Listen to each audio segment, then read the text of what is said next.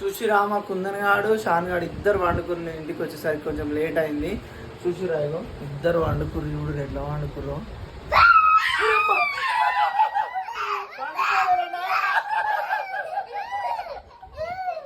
అరే దొంగ పండుకోలేరా మీరు? ఏం చేస్తారా మరి?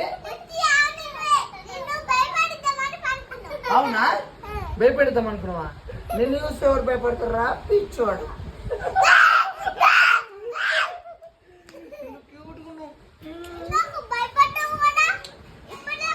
మా చూసిరా పెద్ద ప్లాన్ వేసిరు నన్ను భయపెట్టిద్దామని. ఇంత అందంగా ఉంటే